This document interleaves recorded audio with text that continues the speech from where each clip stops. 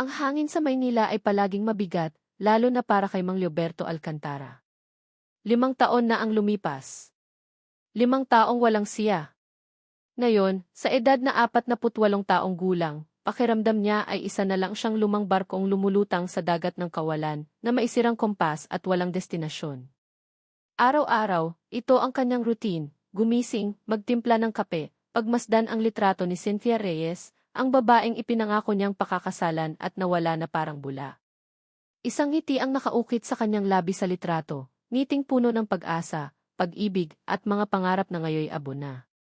Leo, hanggang kailan ka ba magpapakaganyan? Tanong ni Mang Berting, ang matalik niyang kaibigan, habang inilalapag ang baso ng gininto ang beer sa mesa ni Leo sa karinderya ni Aling Nena. 5 taon na, pare. 5 taon ka nang naghahanap ng multo. Hindi umimik si Leo. Kinuha niya ang baso, nilagok ang laman. Ang pait ng beer ay hindi kasing pait ng kawalan na nararamdaman niya sa dibdib. Hindi siya multo, Berting. Buhay siya. Nararamdaman ko. Umiling si Mang Berting, halatang pagod na sa paulit-ulit nilang usapan. Siguro panahon na para tanggapin, Leo. Kung buhay siya, bakit hindi nagpakita? Bakit hindi nagparamdam? Hindi ko alam, sagot ni Leo tumingin sa kawalan. Pero hindi ako susuko. Hindi kailanman. Ang usapan nilang iyon ay tipikal. Si Mang Berting ang practical, ang taong nagtatangkang hilahin si Leo pabalik sa realidad. Pero para kay Leo, ang realidad ay ang patuloy na paghahanap, ang patuloy na pagkapit sa manipis na sinulid ng pag-asa. Si Aling Nena, ang may-ari ng karinderya, na naging pangalawang ina niya simula nang mawala si Sia, ay lumapit at hinagod ang likod niya. Hayaan mo na, Berting, sabi ni Aling Nena. Ang pag-asa ang huling namamatay. At si Leo, mas matibay pa sa bakal ang pag-asa niyan. Ngumiti siya kay Leo, isang ngiting maihalong awa at pagmamahal. Nagpasalamat si Leo, kahit paalam niya na ang bawat paghawak sa kanyang balikat ay paghawak din sa kanyang lumang sugat. Umalis siya sa karinderya na mas mabigat ang loob, naglakad patungo sa bus stop. Ang init ng Maynila ay dumikit sa kanyang balat, kasabay ng bigat ng bawat hakbang. Kung may pupuntahan man siya, ito ay ang paghahanap sa mga bagong lead, mga bagong posibilidad. Nagtatrabaho siya bilang security guard sa isang mall, pero halos lahat ng libre niyang oras ay inilalaan niya sa paghahanap. Gumagastos siya ng halos lahat ng kanyang kinikita para magbayad sa mga fixer, sa mga taong nangangako ng impormasyon na madalas ay wala namang silbi. Ang kanyang mga kaibigan ay nag-aalala sa kanya, pero wala silang magawa. Hindi nila naiintindihan ang bigat ng pagmamahal na pumipigil sa kanya na sumuko. Habang naglalakad sa mataong pasilyo ng East North EDSA, halos hindi na niya alintana ang ingay at dami ng tao. Ang kanyang isip ay lumilipad, nagbabalik tanaw sa mga alaala ni Sia. Ang kanyang ngiti, ang kanyang tawa, ang paraan ng paghawak niya sa kanyang kamay. Ang sakit ay sariwa pa rin, parang nangyari kahapon. Bigla, may bumangga sa kanyang balikat. Isang maliit na batang lalaki na may hawak na ice cream. Sorry po, kuya, paumanhin ng bata, sabay takbo pabalik sa mga kasama niya. Hindi sana niya papansinin, pero may nagtulak sa kanya. Isang kakaibang kuryente ang dumaan sa kanyang sistema. Tumingin siya sa direksyon ng bata. Hindi lang isa. 4 sila. Isang batang lalaki, mukhang panganay. Isang batang babae, matangkad at may mahabang buhok. At isang kambal, babae at lalaki na naghahabulan. Pero ang mas nakakagulat, hindi lang ang dami nila, kundi ang mga mata nila. Ang mga ngiti nila. Ang pamilyar na hugis ng kanilang mga mukha. Parang nakikita niya ang sarili niyang bersyon pero mas bata. Lalo na ang batang lalaki, ang panganay. Hawig na hawig niya. Pero ang mas nagpakaba sa kanya ay ang batang babae, ang matangkad. May maliit na nunal ito sa ilalim ng kanang mata. Nunal na eksaktong kapareho ng nunal ni Sia. Parang may humampas sa kanyang dibdib. Huminto ang mundo niya. Wala siyang pakialam sa mga taong nagmamadali sa paligid. Ang tanging nakita niya ay ang 4 na bata. Mama, tingnan mo si Kuya Luis. Ang bilis niya tumakbo, sigaw ng batang babae, tinuturo ang panganay na halos kasing hawig niya. Ang tinig nito ay tila musika sa kanyang pandinig, pamilyar ngunit imposible. May lumapit sa mga bata. Isang babaeng nakatalikod, nakasuot ng simpleng damit, Halos hindi niya makita ang mukha nito dahil nakaharang ang mga bata at ang lalaking kasama nito. Pero hindi niya malimutan ang nunal ng batang babae. Ang nunal ni Sia. Sinubukan niyang lumapit, parang may nagtulak sa kanyang mga paa. Ang puso niya ay nagmamadali, gustong sumabog sa kanyang dibdib. Sia, bulong niya, halos walang tunog. Ngunit bago pa siya makalapit, hinila ng lalaki ang kamay ng babae at ang mga bata. Nagmamadali silang lumakad, tila may hinahabol. Ang mga bata ay nagpapaalam sa bawat isa, at narinig niya ang batang babae na sumisigaw, "Bae, Mama Sia. Mama Sia." Napatayo si Leo, tulala. Mama Sia. At ang nunal. Ang hawig ng mga bata sa kanya. Hindi ito ilusyon. Hindi ito panaginip. Ito ang katotohanan. Pero paano? Paano kung totoo nga? At sino ang lalaking kasama niya? Bakit may kasama itong lalaki? At bakit ang mga bata, bakit sila kamukha niya? Hinabol niya ang mga ito kahit alam niyang imposible na nilang maabutan. Bumilis ang tibok ng kanyang puso. Ito ba ang senyales na hinihintay niya? Ang kasagutan sa kanyang mga panalangin? O isang panibagong bugtong na mas mahirap lutasin kaysa sa nawawalang piraso ng kanyang buhay? Nawala ang mga ito sa gitna ng siksikang mall. Ang huling nakita niya ay ang likod ng babae, kasama ang 4 na batang tumatakbo. Naiwan si Leo na nakatayo, halos hindi makahinga.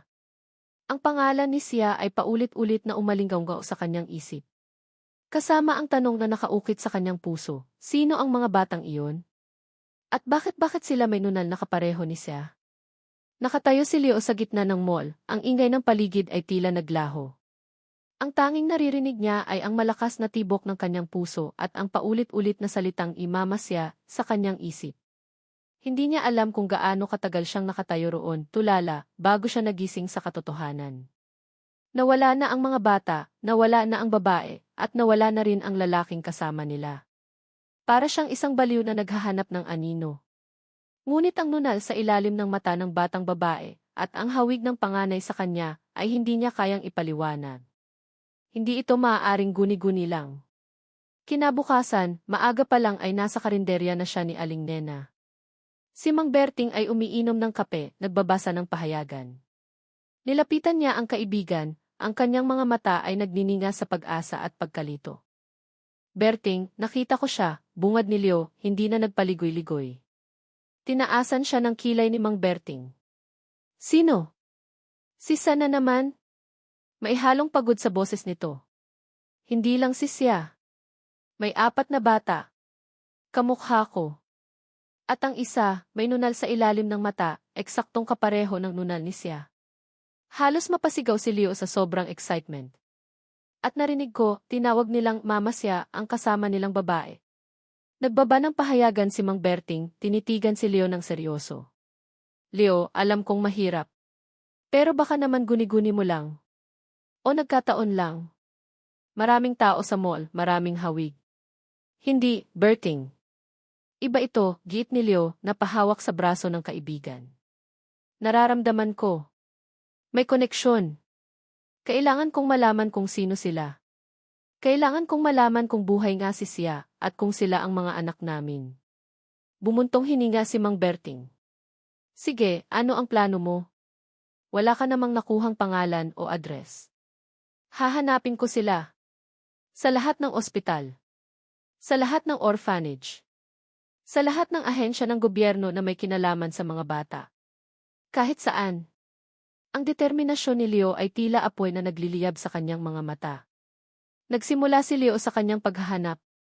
Araw-araw, pagkatapos ng trabaho niya bilang security guard, ay nililibot niya ang mga ospital sa Metro Manila. Nagtatanong siya tungkol sa mga pasyenteng nagngangalang Cynthia Reyes na naospital 5 taon na ang nakakaraan, lalo na kung may kinalaman sa aksidente. Wala. Nagtatanong din siya tungkol sa mga batang ipinanganak sa panahong iyon na may kinalaman sa isang ina na nagngangalang Sia. Wala pa rin. Lumipat siya sa mga orphanage, nagbabaka sakali na baka doon napunta ang mga bata. Nagtanong siya sa SEFI, sa mga ahensyang nagbibigay ng tulong sa mga bata. Pero ang bawat pinto ay tila nagsasara sa kanyang harapan. Ang bawat tao na kanyang kinakausap ay nagbibigay lamang ng mga walang saysay na impormasyon o kaya ay nagtataka sa kanyang kakaibang paghahanap. Pasensya na po, kuya, sabi ng isang social worker sa kanya, pero napaka-imposible po ng hinahanap ninyo. Kung may 4 na bata na nawawala, dapat may report na po kami. At kung may pasyenteng nagngangalang Cynthia Reyes na nakomatos at nanganak, siguradong may record po iyon. Ang bawat wala ay tila isang matalim na saksak sa kanyang puso. Nagsisimula na siyang mawala ng pag-asa. Nagsisimula na siyang tanungin ang sarili kung tama nga ba si Mang Berting.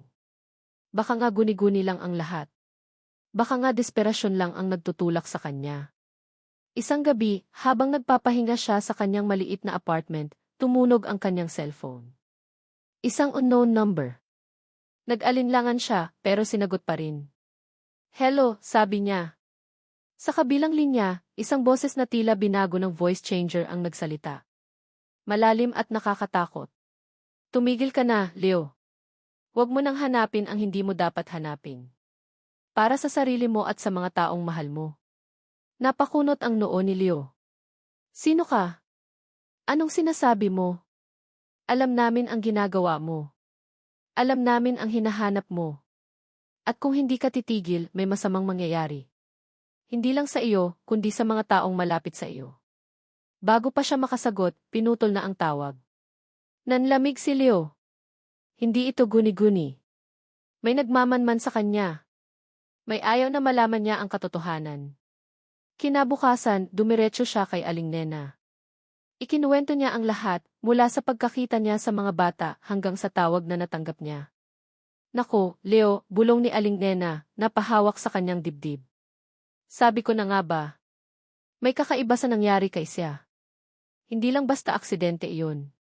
May nagtatago ng sikreto. Pero sino? At bakit? Tanong ni Leo, puno ng pagkalito at takot. Hindi ko alam, anak, sagot ni Aling Nena. Pero kailangan mong mag-ingat. Kung may nagbabanta sa iyo, ibig sabihin, malapit ka na sa katotohanan. Pero delikado iyan. Hindi ako titigil, Aling Nena, sabi ni Leo, ang kanyang mga kamao ay nakakuyom. Kung may nagtatago ng sikreto, hahanapin ko iyon. Kung may nagbabanta sa akin, haharapin ko sila. Hindi ako susuko hanggat hindi ko nalalaman ang buong katotohanan tungkol kay siya at sa mga batang iyon. Habang naglalakad siya pauwi, ang kanyang isip ay puno ng mga tanong. Sino ang nasa likod ng tawag na iyon? Sino ang ayaw na malaman niya ang katotohanan? Ang bawat hakbang niya ay tila nagdadala sa kanya palapit sa isang malaking panganib. Ang Maynila ay tila masikip at ang bawat anino ay tila nagtatago ng isang lihim. Ang banta sa telepono ay hindi umalis sa isip ni Leo. Ang bawat anino sa kalsada, ang bawat sasakyang dumadaan, ay tila nagtatago ng isang mata na nakamasid sa kanya. Ngunit sa halip na matakot, mas lalo siyang naging determinado. Kung may nagtatago ng katotohanan, ibig sabihin may katotohanan ngang dapat malaman. At kung may nagbabanta sa kanya, ibig sabihin malapit na siya. Isang hapon, pagkatapos niyang magtrabaho, nagpa siya si Leo na balikan ang mga lumang gamit ni siya na nakatago sa isang bodega sa likod ng bahay ng kanyang kapatid.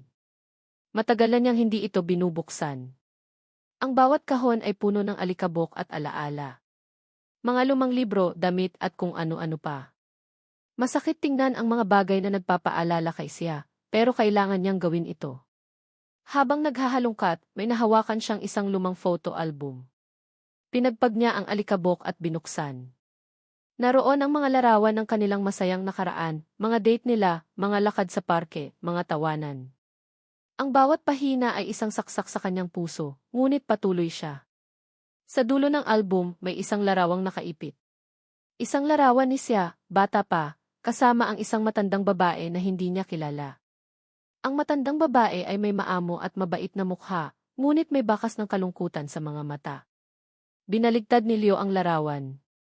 Sa likod nito, may sulat kamay ni siya, Lola Elena, 123 Sampaguitats, Dear Heath. Maligaya, Quezon City. Lola Elena.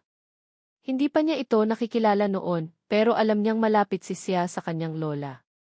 Ito ang unang konkretong lead na nakuha niya sa loob ng 5 taon. Kinabukasan, maaga pa lang ay bumiyahe na si Leo patungong Birchis. Maligaya. Ang biyahe ay mahaba at puno ng pag-asa at pangamba. Paano kung wala na doon si Lola Elena? Paano kung wala siyang malaman? Pero ang pag-asa ay mas matimbang kaysa sa takot. Ang bawat kilometro ay nagdadala sa kanya palapit sa posibleng kasagutan. Nang makarating siya sa Sampaguita Street, nakita niya ang isang lumang bahay na may bakod na kawayan. Ito ang address. Kinabahan si Leo. Huminga siya ng malalim at kumatok. Walang sumasagot. Kumatok siya ulit. Pagkalipas ng ilang sandali, bumukas ang pinto. Isang matandang babae, may edad na rin, ang sumilip. Hindi ito si Lola Elena sa litrato. Magandang araw po, bati ni Leo. Nandito po ba si Lola Elena? Tinitigan siya ng matanda, may pagtataka sa mga mata. Matagal nang wala si Elena dito, iho. Ako si Aling Celia, kapitbahay niya. Bakit mo siya hinahanap? Ikinuwento ni Leo ang tungkol kay siya, ang kanyang pagkawala at ang pagkakita niya sa mga bata. Pinakita niya ang larawan. Nagbago ang ekspresyon ni Aling Celia. Mula sa pagtataka, naging malalim na kalungkutan. Sisyan ako, ang kawawang bata, bulong ni Aling Celia, napahawak sa kanyang bibig. Napakabait na bata niyan. Pero ang nangyari sa kanya napakadelikado. Pinapasok ni Aling Celia si Leo. Umupo sila sa sala. 5 taon na ang nakakaraan, iho, simula ni Aling Celia. Naalala ko pa. May isang malaking aksidente sa kalsada. Ang balita, patay daw si siya. Pero may kakaiba. Hindi pinayagan ang pamilya na makita ang bangkay. At ang lola niya, si Elena, ay bigla na lang nawala pagkatapos noon. Hindi na namin nakita. Napakuyom ang kamao ni Leo. Hindi pinayagan makita ang bangkay? Bakit? Iyon nga ang tanong namin, sabi ni Aling Celia, tumingin sa paligid na tila may nakikinig. May mga bulong-bulungan noon na hindi lang basta aksidente iyon. May kinalaman daw sa lupa. May isang malaking lupa na minana ni siya sa kanyang mga magulang. Gusto raw bilhin ng isang malaking kumpanya, pero ayaw niyang ibenta. Sabi niya, alaala raw ng kanyang mga magulang iyon. Anong pangalan ng kumpanya? Tanong ni Leo, ang kanyang puso ay bumibilis. Hindi ko maalala ang pangalan. Pero ang may-ari isang makapangyarihang tao. Don Ramon Elizalde. Kilala siya sa pagiging walang awa. Maraming lupa na raw ang nakuha niya sa sapilitang paraan. Naramdaman ni Leo ang lamig sa kanyang likod. Don Ramon Elizalde. Iyon ang pangalang narinig niya mula sa kapitbahay ni siya. At bago ang aksidente, patuloy ni Aling Celia, narinig ko si siya nakausap ang lola niya. Sabi niya, may hawak daw siyang mahalagang bagay na magpapabagsak kay Don Ramon. Hindi ko alam kung ano iyon. Pero pagkatapos ng aksidente, wala na rin ang mahalagang bagay na iyon. Ang mahalagang bagay. Ang mga bata. Ang tawag sa telepono. Ang lahat ay tila nagkokonekta. May isang malaking puzzle at unti-unti nakikita na niya ang mga piraso. Nagpasalamat si Leo kay Aling Celia at umalis. Ang sikat ng araw ay tila hindi na nakakapagpainit sa kanya. Ang kanyang isip ay puno ng mga bagong impormasyon. Si Don Ramon Elizalde. Isang malaking lupa. Isang mahalagang bagay na hawak ni siya. At ang aksidente na hindi lang basta aksidente. Napakagatlabi si Leo. Hindi lang niya hinahanap ang kanyang nawawalang kasintahan. Nakapasok na siya sa isang madilim na mundo ng kasakiman at krimen. Ang katotohanan ay mas malalim at mas delikado kaysa sa inakala niya. Ang pangalang Don Ramon Elizalde ay umalinggaw sa isip ni Leo. Hindi lang basta pangalan, kundi isang anino ng kapangyarihan at kasamaan na matagal nang nakakubli. Ang mga impormasyong nakuha niya kay Aling Celia ay nagbigay linaw sa maraming bagay, ngunit nagdagdag din ng mas maraming katanungan.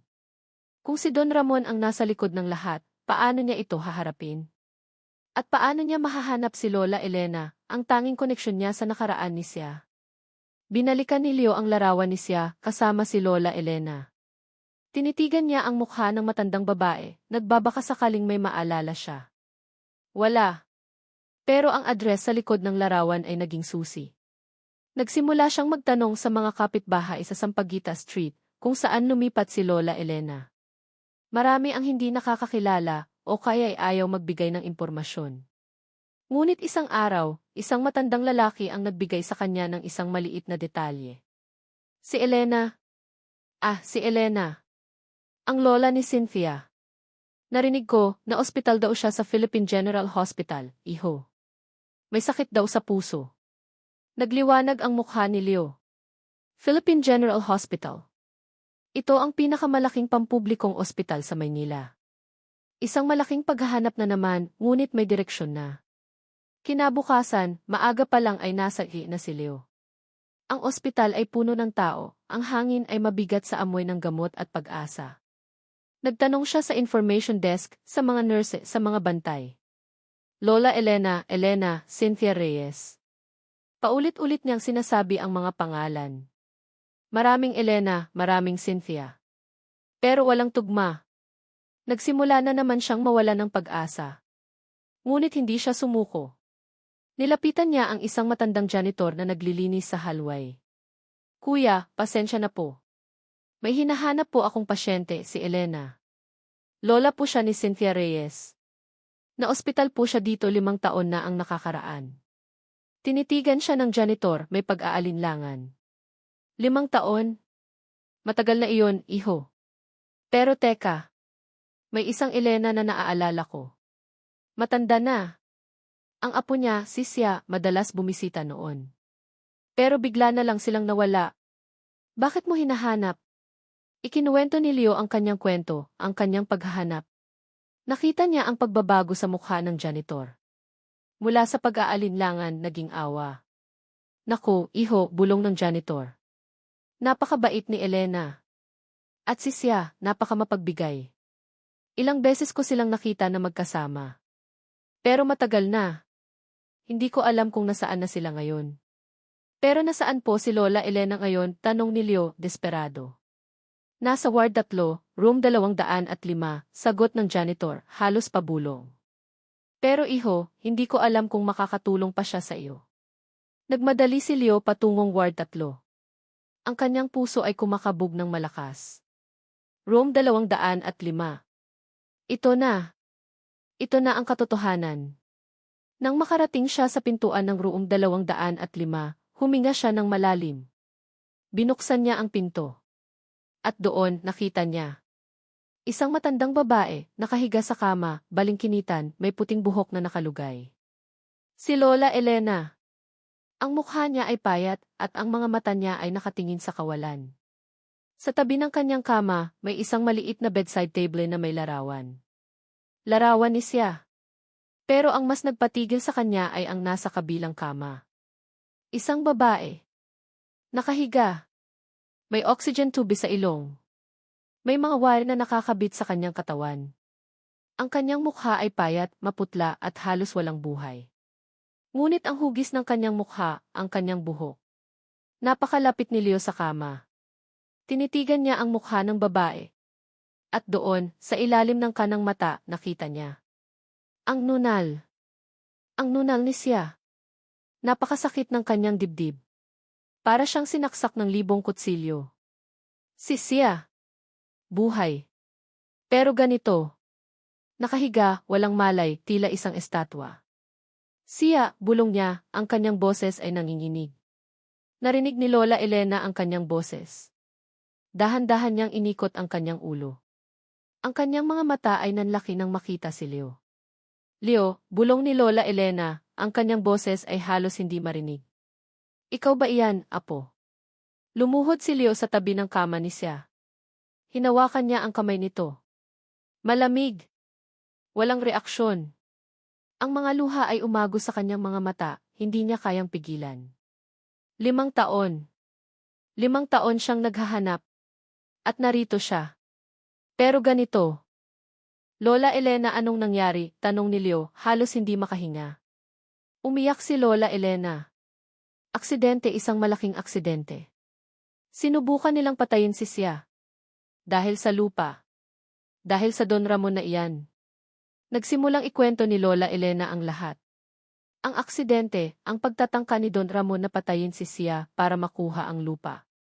Ang pagkakita niya kay Sia na halos patay na, at ang pagtatago niya rito sa ospital, sa tulong ng ilang mababait na nurse at doktor na ayaw sumunod sa utos ni Don Ramon. Pero ang mga bata, Lola Elena, tanong ni Leo, ang kanyang puso ay kumakabog ng malakas. Ang apat na bata na nakita ko sa mall. Tumingin si Lola Elena kay Leo at pagkatapos ay sa tiyan ni siya. Nangyari iyon, apo. Sa kabila ng lahat, nagbunga ang pagmamahalan ninyo. Apat sila. Kambal. Luis, Lia, Leovi, at Lira. Para siyang nabingi. Apat na bata. Mga anak nila. Ipinanganak habang si Sia ay walang malay. Ang mga bata na nakita niya sa mall. Ang hawig. Ang nunal. Ang lahat ay nag-ugnay. Sa sandaling iyon, bumukas ang pinto.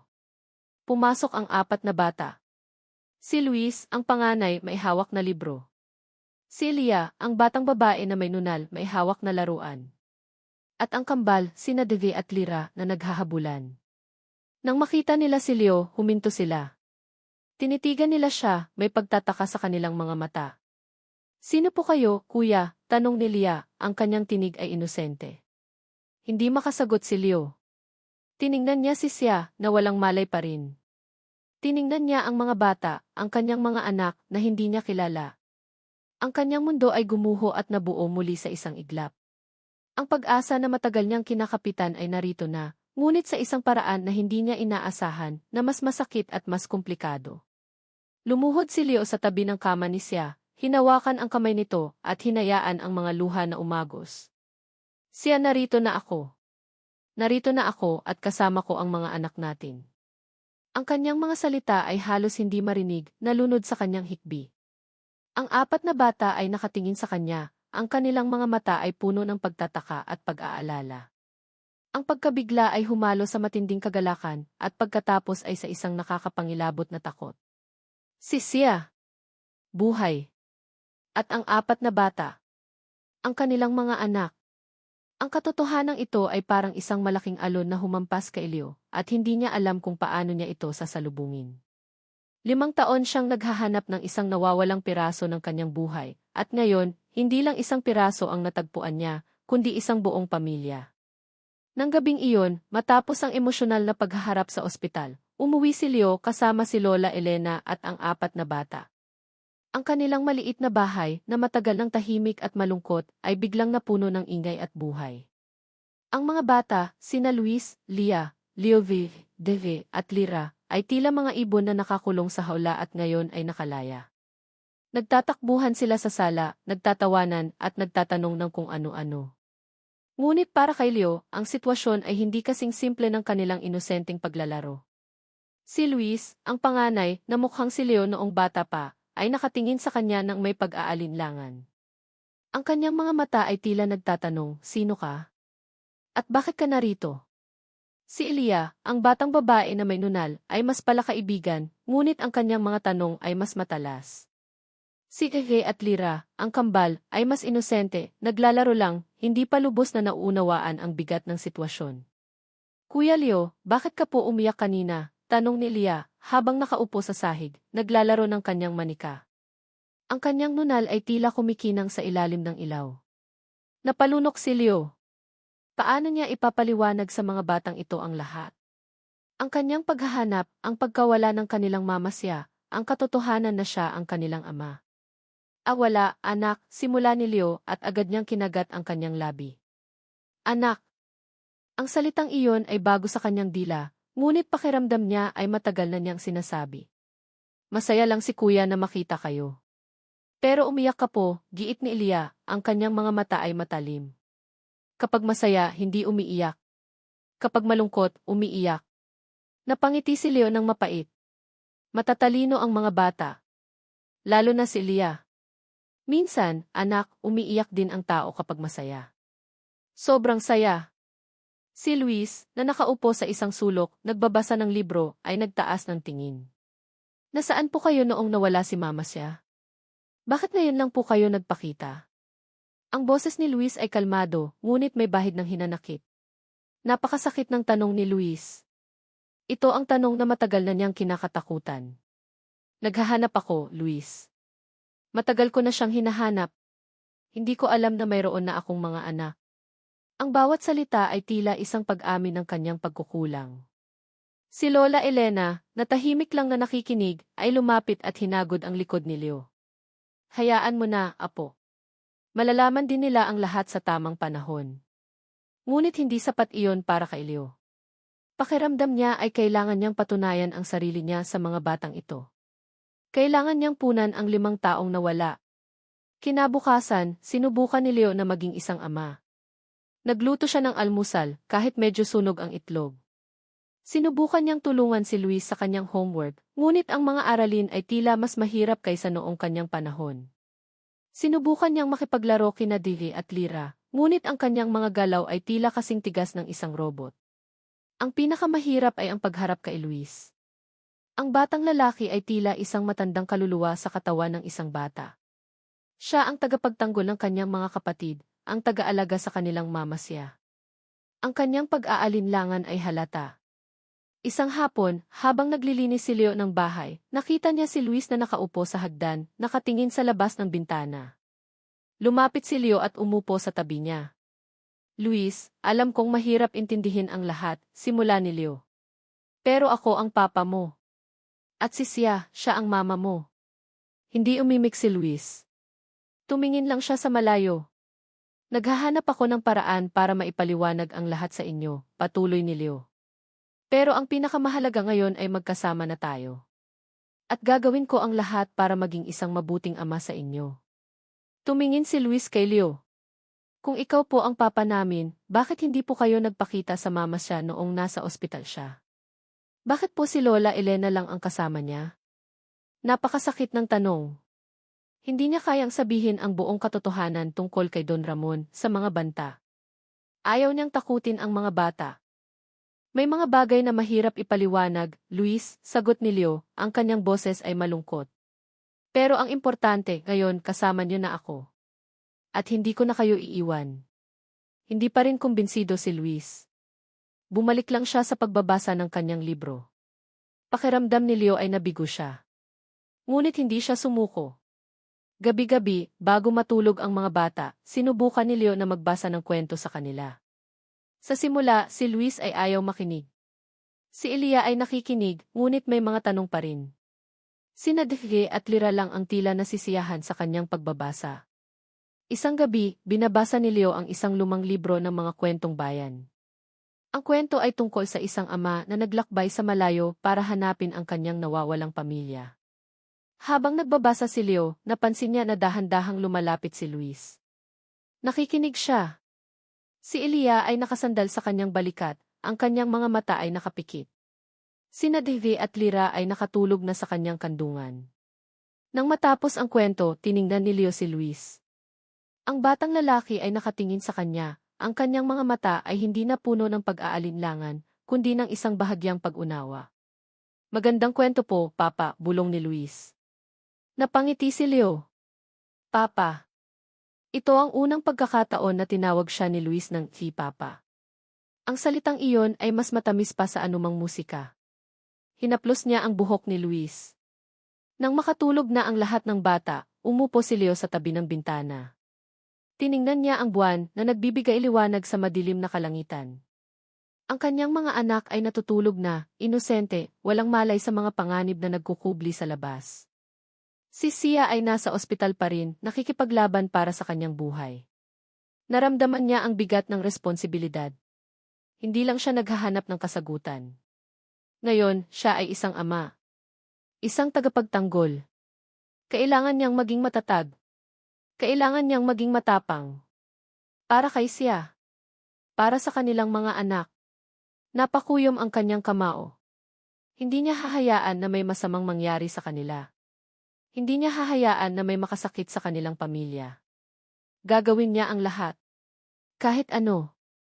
Ang mga araw matapos ang pagkakakita ni Leo sa kanyang mga anak at ang pagkakadiskubre na buhay pa si Sia ay puno ng halo-halong emosyon.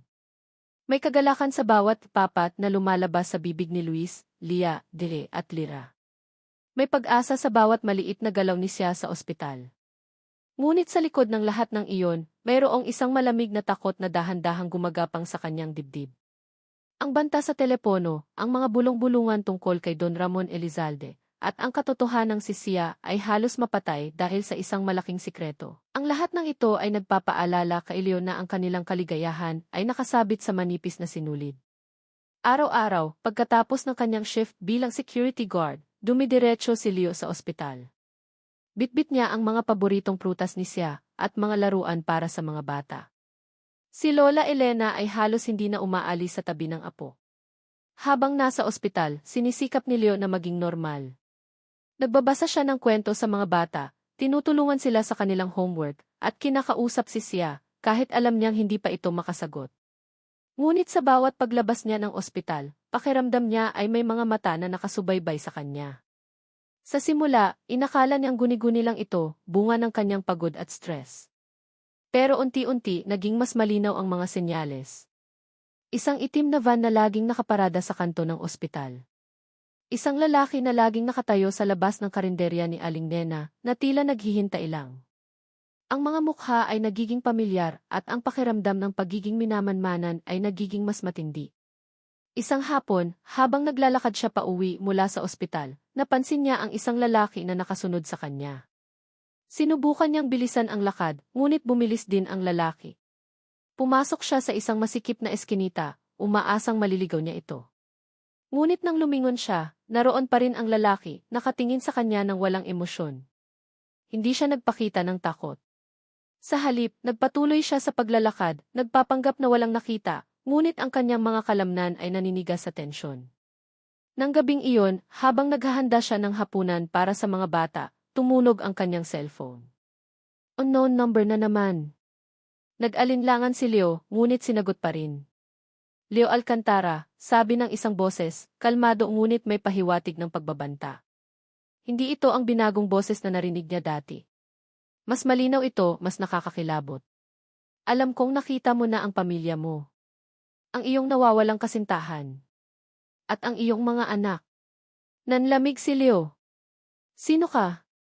Anong gusto mo? Gusto lang namin na manahimik ka. Huwag kang makialam sa mga bagay na hindi mo dapat pinakikialaman. Kung hindi, hindi lang ang buhay mo ang mapapahamak, kundi pati na rin ang buhay ng iyong mga mahal sa buhay. Anong kinalaman niyo sa nangyari kay Sia? Sa mga bata, tanong ni Leo, ang kanyang boses ay nanginginig sa galit.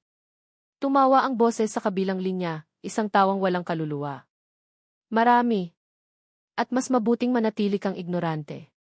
Isipin mong isang aksidente lang ang lahat. Tanggapin mo na lang ang kapalaran mo. Kung hindi magiging mas masahol pa sa nangyari kay Cynthia ang mangyayari sa iyo at sa mga anak mo. Pinutol ang tawag. Napahawak si Leo sa kanyang ulo. Hindi na ito basta banta. Ito ay isang direktang babala. Alam nila ang lahat. Alam nila na natagpuan na niya si Sia at ang mga bata. At handa silang gawin ang lahat para pigilan siya. Kinabukasan, habang nagkakape sila ni Mang Berting sa karinderya ni Aling Nena, napansin ni Mang Berting ang isang itim na van na nakaparada sa di kalayuan. Matagal na itong naroon at tila hindi umaalis. Leo, napansin mo ba ang van na iyan? Tanong ni Mang Berting, itinuro ang sasakyan gamit ang kanyang ulo. Ilang araw ko na iyang napapansin. Hindi naman iyan taga rito. At ang mga salamin ay tinted, hindi mo makita kung sino ang nasa loob. Napakunot ang noo ni Leo. Ito na naman. Berting. Napansin ko rin. At may mga tawag akong natatanggap. Mga banta. Nanlaki ang mga mata ni Mang Berting. Banta. Sino? May kinalaman ba ito sa paghahanap mo kay Sia? Ikinuwento ni Leo ang tungkol kay Don Ramon Elizalde, sa lupa, at sa mahalagang bagay na hawak ni Sia. Ikinuwento niya ang tungkol sa tawag sa telepono. Nako, Leo, bulong ni Mang Berting, halatang nag-aalala. Delikado iyan. Kung si Don Ramon ang kalaban mo, para kang nakikipaglaban sa isang pader. Mayaman iyan, makapangyarihan. May koneksyon sa lahat ng dako. Hindi ako susuko, Berting, sabi ni Leo, ang kanyang mga mata ay matigas. Hindi ko hahayaan na may masamang mangyari sa pamilya ko. Hindi ko hahayaan na makatakas ang mga gumawa nito kay Sia. Samantala, sa isang marangyang opisina sa Makati, nakaupo si Don Ramon Elizalde sa kanyang swivel chair, nakatingin sa skyline ng Maynila. Sa harap niya, nakatayo si Attorney Salvador Badong I. Garcia, ang kanyang kanang kamay. So, nakita na niya ang babae at ang mga bata. Tanong ni Don Ramon, ang kanyang boses ay kalmado, ngunit may nakatagong lamig. Opo, Don Ramon, sagot ni Badong, yumuko ng bahagya. Nasa ilig po ang babae, komatos pa rin. At ang mga bata, nasa kanya na. Tite, akala ko ba ayos na ang lahat? Bakit nakita pa niya? May bahid ng inis sa boses ni Don Ramon. Ayaw kong magkaroon ng gulo. Lalo na ngayon na malapit na nating makuha ang lupa. Napakagaling po ng lalaking iyan, Don Ramon, sabi ni Badong. Hindi siya sumusuko. At mukhang may nalaman na siya tungkol sa lupa. Kung ganoon, kailangan nating kumilos, utos ni Don Ramon, tumingin kay Badong ng matalim. Ayaw kong may makialam sa mga plano ko. Lalo na ang isang hamak na security guard. Siguraduhin mong hindi na siya makakakilos. At ang babae sa ospital kailangan nating tapusin iyan. Hindi na siya dapat magising. Masusunod, Don Ramon, sagot ni Badong, at may isang ngiti na gumuhit sa kanyang labi. Bumalik si Leo sa kanyang apartment ng gabing iyon, ang kanyang isip ay puno ng pag-aalala. Tiningnan niya ang mga bata na mahimbing na natutulog. Si Luis, na nakayakap sa kanyang libro. Si Elia, na nakangiti sa kanyang panaginip. Sina Devi at Lira na magkayakap. Ang mga inosenteng mukha nila ay nagbigay sa kanya ng lakas, ngunit nagpalalim din ng kanyang takot. Lumapit siya sa bintana at sumilip sa labas. Sa kabilang kalsada, sa ilalim ng poste ng ilaw, naroon ang itim na van. Ang mga salamin ay tinted, hindi niya makita kung sino ang nasa loob. Ngunit alam niya. Alam niyang nandoon sila. Nagmamanman. Naghihintay. Ang kaaway ay hindi na isang anino. Ito ay isang tunay na banta. At alam ni Leo na ang laban na ito ay hindi lang para sa katotohanan, kundi para sa kaligtasan ng kanyang bagong nahanap na pamilya. Sa loob ng madilim na silid ng ospital, si Cynthia Reyes Alcantara ay nakahiga, nakakabit sa mga makina na nagpapanatili sa kanyang buhay. 5 taon na siyang nasa pagitan ng buhay at kamatayan, isang bilanggo ng kanyang sariling katawan. Ngunit sa ilalim ng kanyang walang malay na anyo, ang kanyang isip ay naglalakbay sa isang madilim na labirint ng mga alaala. Isang bangungot ang paulit-ulit na bumabalik, ang tunog ng nagmamadaling mga gulong, ang matalim na liwanag ng headlight, ang paghampas ng metal, at ang matinding sakit na sumakop sa kanyang buong katawan. Ngunit hindi lang iyon. May isang boses. Isang boses na nagbabanta. Hindi mo dapat nalaman ang tungkol sa lupa, siya. Ngayon, magbabayad ka. Nagising si siya nang may matinding pagkabigla. Ang kanyang mga mata ay nanlaki, ngunit nanatili itong nakapako sa kisam. Ang kanyang katawan ay nanginginig at ang kanyang noo ay pinagpapawisan. Ang mga monitor sa tabi ng kanyang kama ay nagpakita ng bahagyang pagtaas ng kanyang heart rate. Siya! Gising ka ba, apo? Bulong ni Lola Elena, na nakaupo sa tabi niya, agad na napansin ang pagbabago sa kanyang apo. Hinawakan niya ang kamay ni siya, na bahagyang gumalaw. Sa kabilang banda, si Leo ay nakaupo sa isang silya, nakatulog habang nakabantay. Nagising siya sa tunog ng mga monitor. Agad siyang lumapit sa kama ni siya. Siya! Anong nangyari? Tanong ni Leo, puno ng pag-aalala. Si siya ay humihingal, ang kanyang mga labi ay bahagyang gumalaw. Lupa! Don Ramon panganib, bulong niya, halos hindi marinig. Ang kanyang mga mata ay muling pumikit, at muling bumalik siya sa kanyang pagtulog, ngunit ang kanyang paghinga ay mas mabilis, at ang kanyang katawan ay tila nagpapahiwatig ng isang matinding labanan sa loob. Napakunot ang noo ni Leo. Lupa! Don Ramon! Panganib! Ito ang mga salitang narinig niya mula kay Aling Celia. At ngayon, mula mismo kay siya. Kinuha niya ang isang maliit na notebook at ballpen sa kanyang bulsa at isinulat ang mga salita. Ang bawat salita ay isang piraso ng puzzle. Kinabukasan, habang nasa trabaho, hindi mapakali si Leo.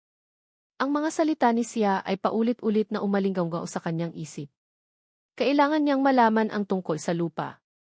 Kailangan niyang malaman kung anong koneksyon nito kay Don Ramon. Naalala niya ang sinabi ni Aling Celia tungkol sa isang abogado na dating humahawak sa mga kaso ng pamilya ni siya. Nagpasya siyang hanapin ang abogadong iyon. Nagtanong siya sa mga lumang kakilala ni siya, sa mga kapitbahay, hanggang sa nakuha niya ang pangalan, Attorney Ricardo Cardo de la Cruz. Matapos ang kanyang shift, dumiretso si Leo sa opisina ni Attorney Cardo. Ang opisina ay luma, ngunit malinis. Si Attorney Cardo ay isang matandang abogado, may salamin sa ilong at mabait na mukha.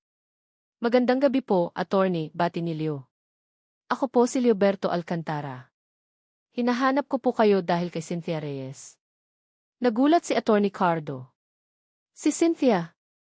Naku, matagal na iyon. Ang balita ko, patay na siya sa aksidente. Buhay po siya, Attorney, sabi ni Leo, at ikinuwento niya ang lahat, ang paghahanap niya, ang pagkakita niya sa mga bata, ang pagkakadiskubre na buhay pa si siya, ngunit komatos, at ang mga banta na natatanggap niya. Ikinuwento niya rin ang mga salitang binulong ni siya, lupa, Don Ramon, panganib. Nagbago ang ekspresyon ni Attorney Cardo. Mula sa pagkabigla, naging seryoso at pagkatapos ay naging galit. Alam ko na. Alam ko na ang sinasabi mo, Leo.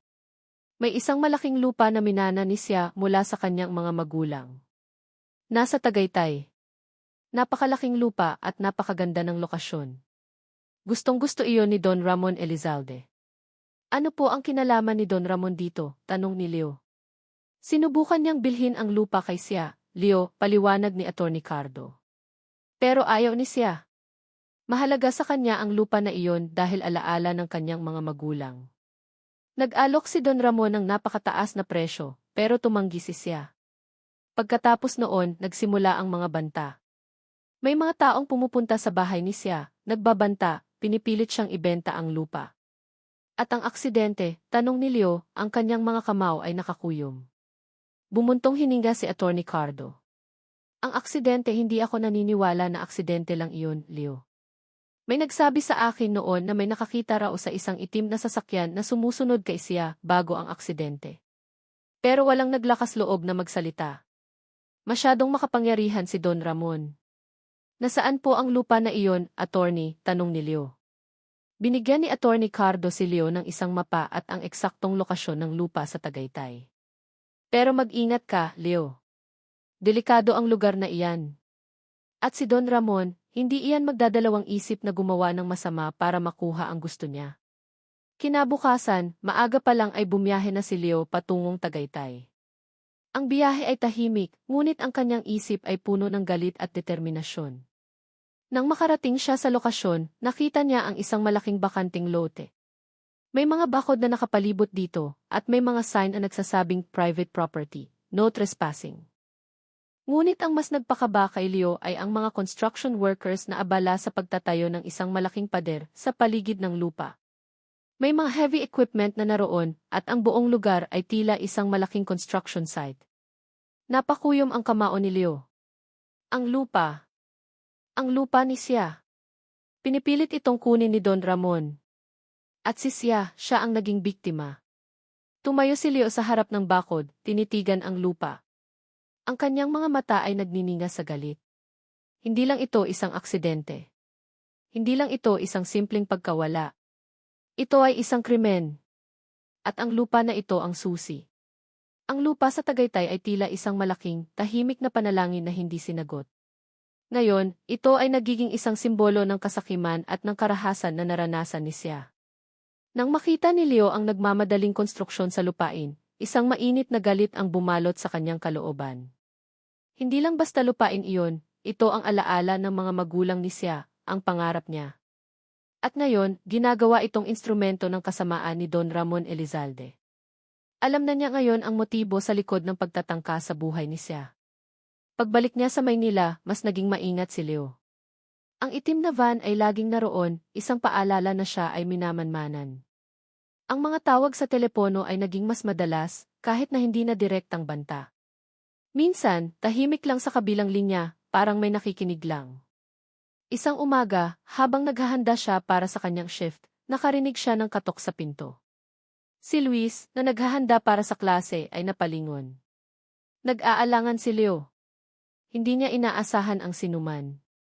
Dahan-dahan niyang binuksan ang pinto, may hawak na pamalo na inilagay niya sa ilalim ng unan simula nang makatanggap ng mga banta. Sa labas, nakatayo si Attorney Salvador Badong Garcia. Ang parehong lalaki na binanggit ni Attorney Cardo. Ang kanyang ngiti ay hindi umabot sa kanyang mga mata at mayroong isang malamig na kapangyarihan sa kanyang presensya. Magandang umaga, Mang Alcantara, bati ni Badong, ang kanyang boses ay makinis at mapanlinlang. Ako po si Attorney Salvador Garcia. May gusto po akong pag-usapan sa inyo. Mahahalagang bagay. Hindi pinapasok ni Leo si Badong. Anong gusto nyo? Tanong ni Leo, ang kanyang mga mata ay naninigas. Kilala na niya ang mukha.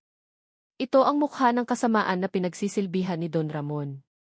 May maganda po akong alok para sa inyo, patuloy ni Badong, tila hindi alintana ang pagiging mailap ni Leo. Isang alok na makakatulong sa inyo at sa inyong pamilya. Binigyan niya ng diin ang salitang ki-pamilya, tila isang jab.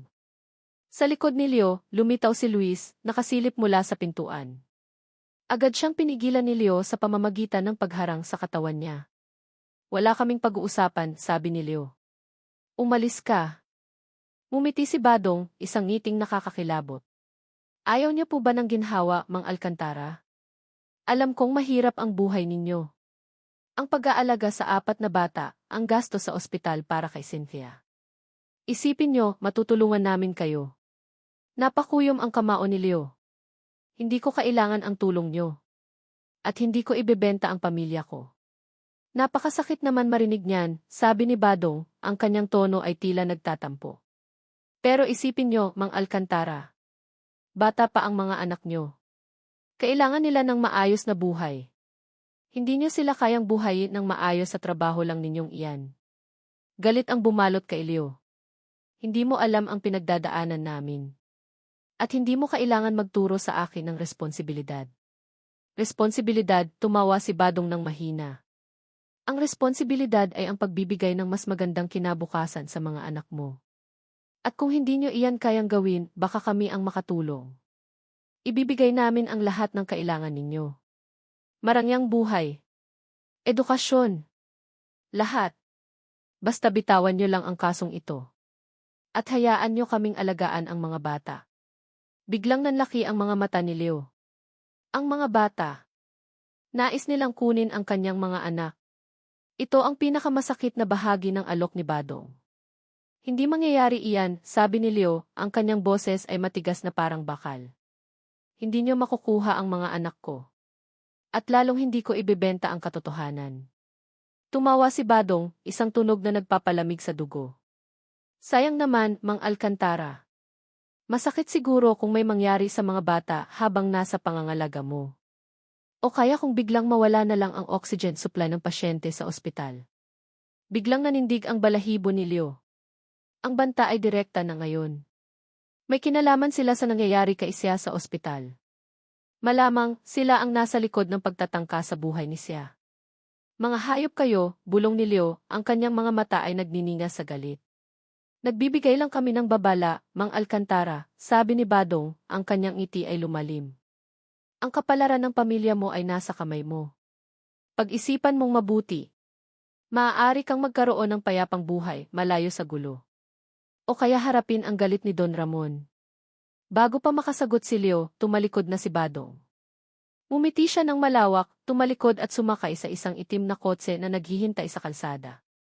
Mabilis itong umalis, iniwan si Leo na nakatayo sa pintuan, nanginginig sa galit at takot. Hinarap ni Leo si Luis, na nakatayo sa likod niya, ang kanyang mga mata ay puno ng takot. Napansin ni Luis ang tensyon sa pagitan nila ni Badong.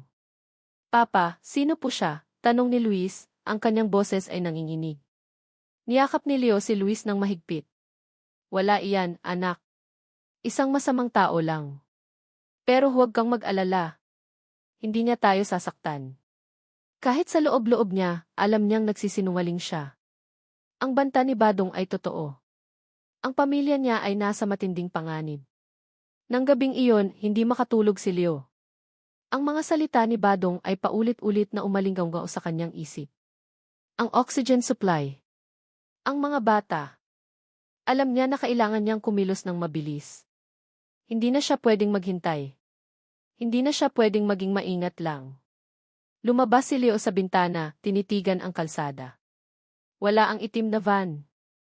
Pero alam niyang naroon sila, nakatago sa dilim. Ang laban ay hindi na lang tungkol sa paghahanap ng katotohanan. Ito ay tungkol sa pagprotekta sa kanyang pamilya mula sa isang napakalaking kasamaan. Alam ni Leo na kailangan niyang magplano. Kailangan niyang lumaban. Ang banta ni Attorney Badong Garcia ay tila isang malamig na kamay na humawak sa liig ni Leo. Ang pag-iisip na maaaring saktan ang kanyang mga anak o kaya'y tapusin ang buhay ni siya sa ospital ay nagtulak sa kanya sa matinding desperasyon. Hindi na siya pwedeng maghintay. Kailangan niyang kumilos.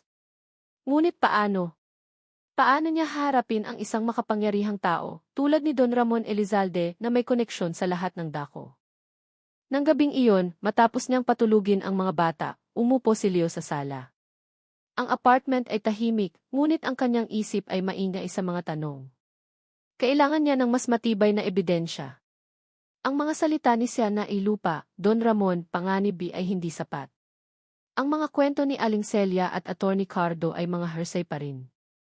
Kailangan niya ng isang bagay na hindi matatawaran. Bigla, may isang alaala ang sumagi sa isip ni Leo. Isang alaala mula sa kanilang nakaraan ni siya.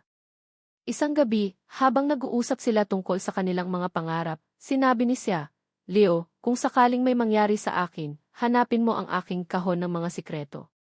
Nandyan ang lahat ng mahahalagang bagay ko. Ang aking mga pangarap, ang aking mga takot, at ang aking mga lihim." Sinabi niya na itinago niya ito sa isang lugar na malapit sa puso ng kanyang lola. Noong una, inakala ni Leo na isa lang iyon sa mga sentimental na pahayag ni siya. Ngayon, nagkaroon ito ng bagong kahulugan. Ang kahon ng mga sikreto. Malapit sa puso ng kanyang lola. Ibig sabihin, sa bahay ni Lola Elena. Kinabukasan, maaga pa lang ay nasa bahay na si Lola Elena, na ngayon ay pansamantalang inaalagaan ng isang kamag-anak habang si Sia ay nasa ospital.